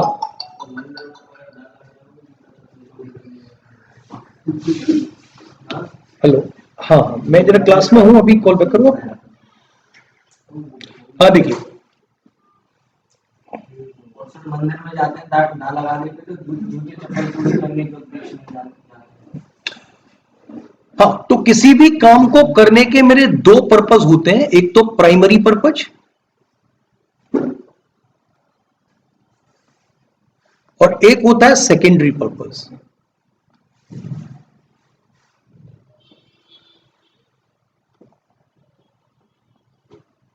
अब मंदिर जाने का प्राथमिक उद्देश्य क्या है? पूजा पाठ करने जाना। स्कूल में जाने का प्राथमिक उद्देश्य क्या है? पढ़ने जाना। मार्केट में जाने का प्राथमिक उद्देश्य क्या है? परचेजिंग करने जाना। और हॉस्पिटल में जाने का प्राथमिक उद्देश्य क्या है? चेकअप कराने जाना। तो हॉस्पिटल में किसका काम है? या तो पेशेंट का या डॉक्टर का। तो अगर आप पेशेंट या डॉक्टर की जगह तरह जा रहे हैं तो हम कभी भी दा नहीं लगाते। लेकिन भारत में ये ज्यादा है कि संवेदना बस पहुंच जाते हैं ना, मतलब तुम्हारा कोई काम नहीं, कहां जा रहे हो, देखने जा रहा हो जरा हॉस्पिटल में उसको। अब संवेदना बस अगर तुम्हारे मित्र की टांग टूट गई है, उसको आप देखने जा रहे हैं, तो आपका जाने का पर्पस हुआ secondary. The movement purpose is secondary. अगर आपका वहां जाने का उद्देश्य प्राथमिक नहीं, सेकेंडरी है, तो हम यहां दा लगाते हैं। तो मेरी टांग टूट गई है, मैं हॉस्पिटल जा रहा हूं, तो मैं क्या बोलूंगा? आई गो टू हॉस्पिटल। हाँ, because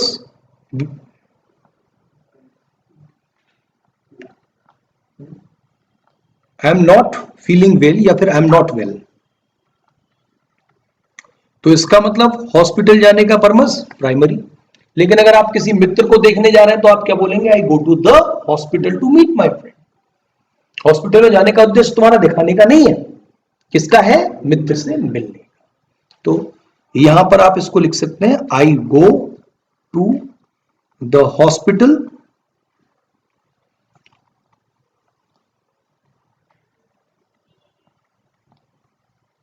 to meet my friend. Right, ये बात आपको समझ में आ रही है? दूसरा, अगर मंदिर में आप पाठ पूजा करने जा रहे हैं तो आप बोलेंगे आई गो टू टेम्पल। लेकिन वहीं मंदिर में जूते चुराने जा रहे हैं किसी के, तो आप क्या बोलेंगे? I go to the temple. पापा ने जूते के पैसे दिए लेकिन मंदिर में किसी के चुरा लाता है, फ्री में हो जाएगा। तो जाने का उद्देश्य जूते चोरी है, कोई पाठ पाठ पूजा पूजा नहीं है। तो क्या आएगा? I go to the temple. I hope I am clear. तो देखिए, हैबिचुअल फैक्ट अगर है तो भी आपके दिमाग में यही टेंस आएगा। इज इट क्लियर और नॉट? तो आपको ये चीजें समझ में आ गई। पहला टेंस सिंपल प्रेजेंट, ठीक है भाई। दूसरा देखें,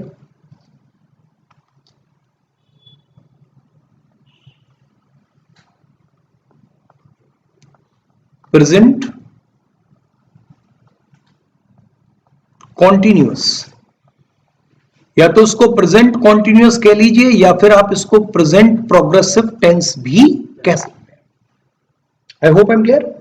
या इसको प्रेजेंट प्रोग्रेसिव टेंस भी कहा जाता है। और देखिए इसका प्रयोग नंबर 1, तो इसके प्रयोगों से पहले मैं एक प्रयोग इसका और रह गया है, इसको मैंने जल्दी खत्म कर दिया थोड़ा।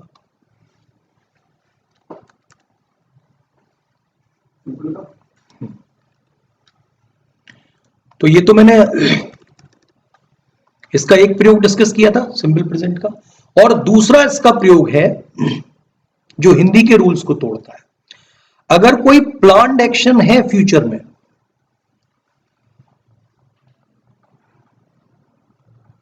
उसको रिप्रेजेंट करने के लिए भी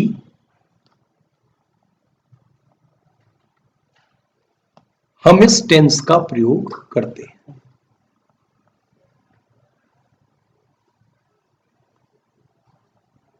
planned action in future, future में अगर कोई आपने प्लान बना रखा है, जैसे कि भाई मैं 27 तारीख को गोवा जाऊंगा,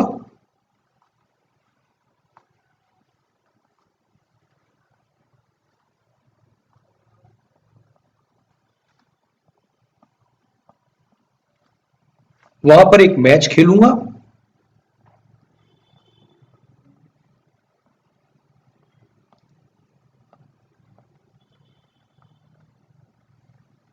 और फिर मैं 30 तारीख को वहां से वापस आ जाऊंगा।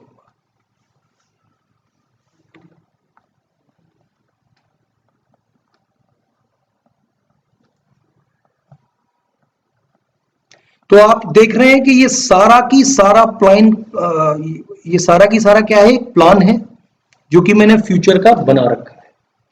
तो इसकी हिंदी होगी कि मैं 27 तारीख को गोवा जाऊंगा, ना कि जा रहा हूं या जाता हूं, जाऊंगा। वहां पर एक मैच खेलूंगा और 28 तारीख को वहां से वापस आ जाऊंगा। तो अगर आपने कोई प्लान बना रखा है फ्यूचर में, तो उसको भी सिंपल प्रेजेंट के माध्यम से अभिव्यक्त किया जा सकता है। अब विल की चर्चा भी कर लेते हैं। आपके दिमाग में जो क्वेश्चन है कि विल क्यों नहीं आया, देखो बच्चों, विल और सेल का प्रयोग हम मॉडल्स की तरह करते हैं। मॉडल्स होते हैं या नहीं है, और मॉडल्स के अपने प्रयोग होते हैं, अपने भाव होते हैं, अपना भाव होता है। मॉडल्स के प्रयोग के लिए अपना भाव होता है। जैसे कि आप अगर कहते हैं फर्म डिटर्मिनेशन है, कोई दृढ़ इच्छा है, प्रॉमिस अपना रखना है, वायदा अपना निभाना है, तो हम विल का प्रयोग करते हैं। तो ये मॉडल्स हैं, इनको जनरली हम टेंस की तरह ट्रीट नहीं करते, इसीलिए मैंने विल का प्रयोग नहीं किया। अगर टेंसों की बात करें और अगर आपको भविष्य की बात को, प्लान्ड एक्शन को कोई भविष्य में है उसको दर्शाना है, तो उसके लिए सिंपल प्रेजेंट का प्रयोग कर सकते हैं। क्लियर। दूसरा देखिए, दूसरा प्रेजेंट का टेंस आता है प्रेजेंट कॉन्टिन्यूअस, जो कि सबसे महत्वपूर्ण टेंस है, और इसमें कोई ना कोई स्पॉटिंग एरर इस पर बेस्ड आता है, क्योंकि ऐसी 2-3 कंडीशन है जब हम इसका प्रयोग करते हैं और ऐसी 5 कंडीशन है जब इसका प्रयोग नहीं किया जाता। तो थोड़ा सा एक एक चीज को ध्यान से समझिएगा। इसका पहला प्रयोग है truth at the time of speaking.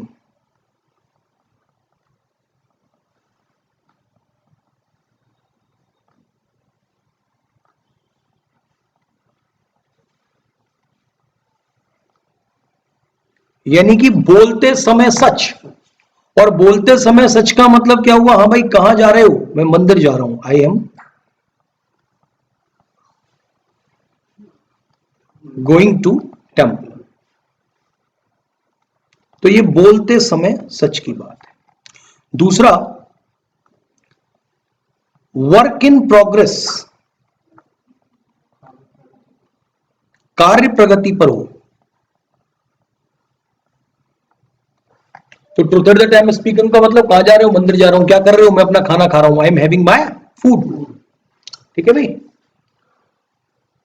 या फिर कार्य प्रगति पर हो सकता है कि फिलहाल में यहां पर बिल्डिंग का निर्माण कार्य नहीं चल रहा, लेकिन अगर आप देखेंगे कंकड़ पत्थर पड़े हुए हैं, गिट्टी पड़ी हुई है, सीमेंट पड़ा हुआ है, बजरी पड़ी हुई है, ईंटें पड़ी हुई हैं, यानी बिल्डिंग मटेरियल है, तो आप कह सकते हैं देख के कि भाई ये पार्क में जो है ना टंकी बनाने का काम चल रहा है। तो आप वर्क इन प्रोग्रेस हो तो भी इस टेंस का प्रयोग कर सकते हैं, और आप कह सकते हैं द गवर्नमेंट इज कंस्ट्रक्टिंग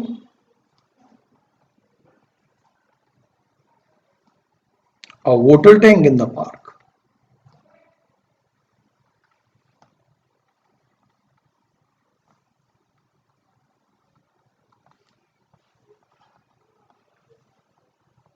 तो गवर्नमेंट पार्क में वाटर टैंक के निर्माण का कार्य कर रही है। तो यहां पे आपने क्या लगाया, is constructing a new water tank in the park. I hope I am clear. और तीसरा पॉइंट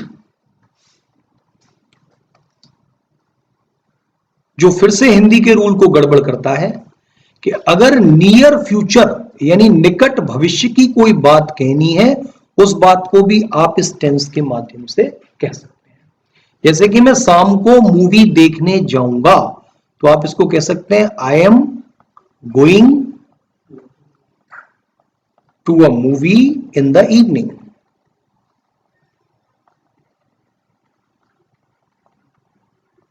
तो इसका मतलब होगा कि मैं शाम को मूवी देखने जाऊंगा। क्लियर। तो नियर फ्यूचर की अगर कोई बात कहनी है, वो भी इस टेंस के द्वारा कही जा सकती है। आई होप आई एम क्लियर। तो ये 3 तरीके हैं जब हम इस टेंस का प्रयोग कर सकते हैं, और ऐसे 5 तरीके हैं जब हम इस टेंस का प्रयोग नहीं कर सकते। जैसे कि where present continuous is not used. पहला है वर्ड्स ऑफ परसेप्शन।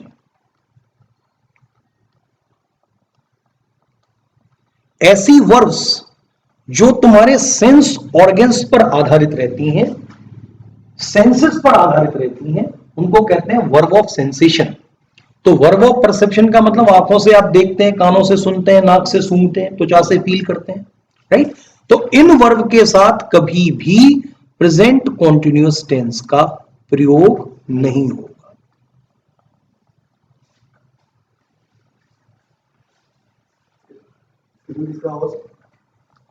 किसी और का हो सकता है, लेकिन प्रेजेंट कॉन्टिन्यूअस का नहीं होगा।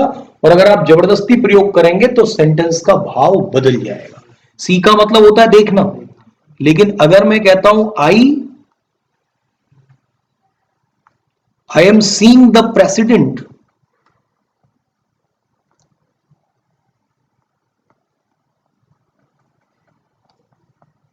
एट 3 PM, तो इसका मतलब होगा कि मैं 3 बजे प्रधानमंत्री से या फिर प्रेसिडेंट से यानी अध्यक्ष जी से मिलूंगा। तो यहां पे सी का मतलब देखना नहीं हो गया, क्या हो गया, मिलना। आई होप आई एम क्लियर। मैं एक पक्षी को देख रहा हूं, और अगर आप इसकी इंग्लिश बनाते हैं I am seeing a bird, तो ये सेंटेंस क्या होगा, ये सेंटेंस पूरी तरीके से गलत होगा। करेक्ट क्या होगा, आई सी अ बर्ड। नहीं, वॉशिंग नहीं हो सकता।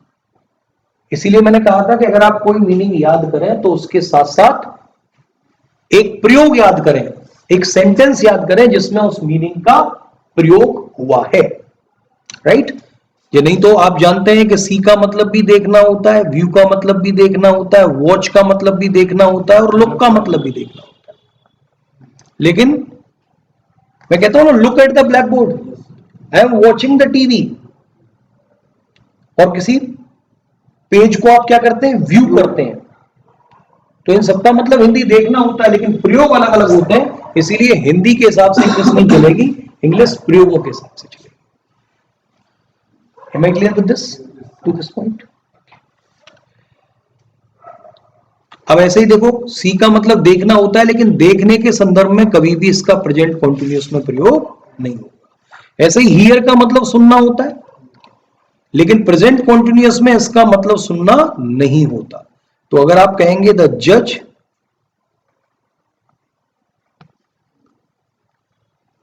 इज हियरिंग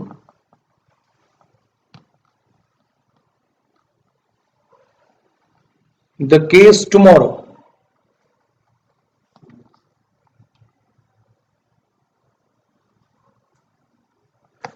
तो यहां पर जज कोई भगवान नहीं है जो केस को सुनेगा।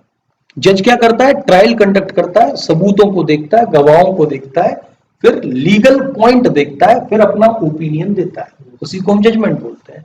तो जज क्या करता है? ऐसा नहीं कि कैदी पहुंचा और जज ने देखते ही बता दिया कि साहब अपराधी हुआ। जज करता है ट्रायल कंडक्ट। तो यहां पर हियरिंग नहीं है, इसका मतलब क्या है? Conducting trial.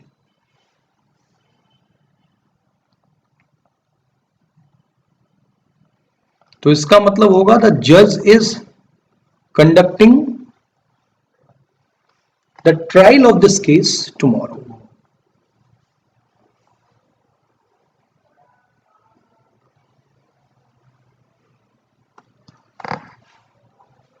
Am I clear with this?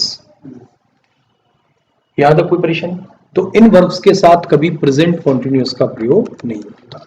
और देखिए कैसी है verbs used to express feelings और स्टेट ऑफ माइंड। ऐसी वर्ब जो हमारी भावनाओं को दर्शाने का काम करती हैं अथवा हमारी स्टेट ऑफ माइंड, मानसिक दशा को, अवस्था को दर्शाने का काम करती हैं, उन वर्ब के साथ भी हम कभी प्रेजेंट कॉन्टिन्यूअस का प्रयोग नहीं करते। राइट? जैसे कि wish, refuse, forgive, love, care, hate, etcetera. आपके नोट्स में सारी चीजें मिल जाएंगी। तो इन वर्ब के साथ भी हम कभी प्रेजेंट कॉन्टिन्यूअस टेंस का प्रयोग नहीं करते।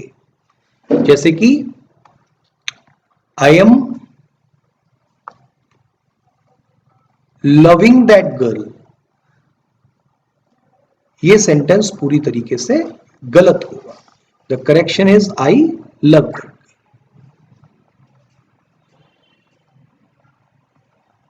आई एम फॉरगिविंग यू, गलत होगा। क्या होगा? I forgive. तो इन वर्ब्स के साथ भी हम कभी भी प्रेजेंट कॉन्टिन्यूअस का प्रयोग नहीं करेंगे। ये कैसी वर्ब है? ये हमारी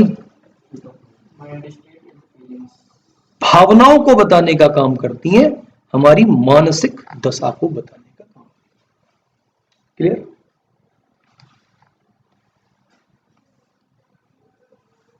और देखिए कौन सी वर्ब्स है। वर्ब्स इन्वॉल्विंग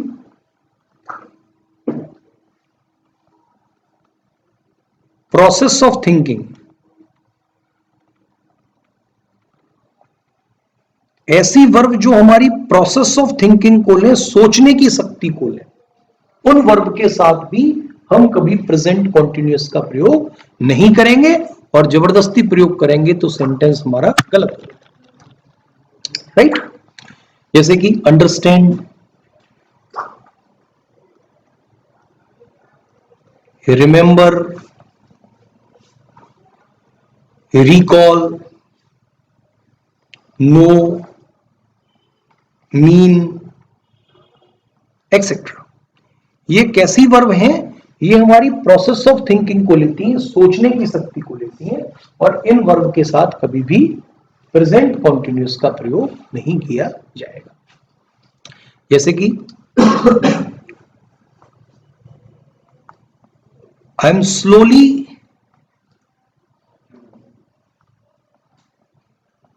अंडरस्टैंडिंग यू, यानी कि मैं धीरे धीरे तुम्हें समझ रहा हूं क्या बीमारी हो तुम। तो ये क्या है? ये गलत है। तो इसका क्या सही होना चाहिए? I have begun to understand you, यानी मैंने तुम्हें समझना स्टार्ट कर दिया है। ये करेक्ट होगा, ये हमारा इनकरेक्ट। क्लियर भाई?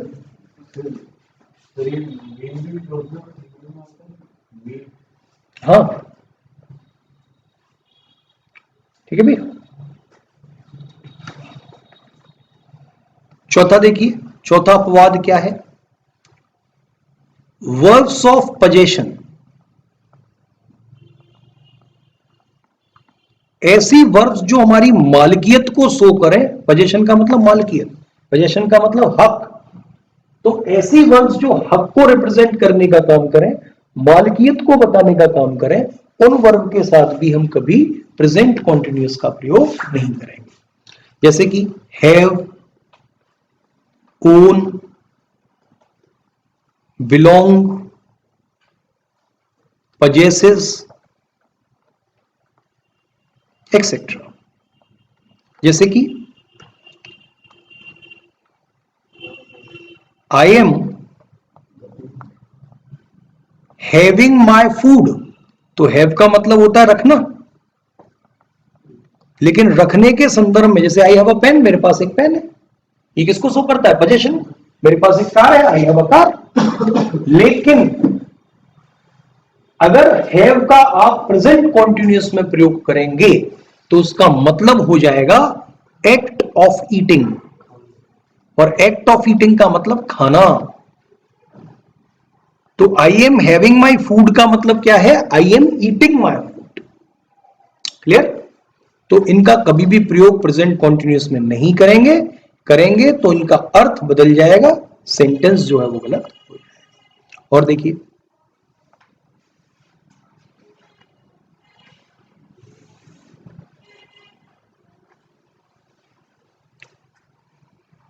जैसे मैं कहता हूं I am having telephone at my residence, यानी मेरे रेजिडेंस पे एक टेलीफोन है, तो क्या ये सेंटेंस सही होगा? ये गलत होगा। तो यहां पे आई एम हैविंग का मतलब क्या हो गया? I am eating telephone at my residence, क्योंकि गलत होगा। तो what is the correct version? I have a telephone at my residence.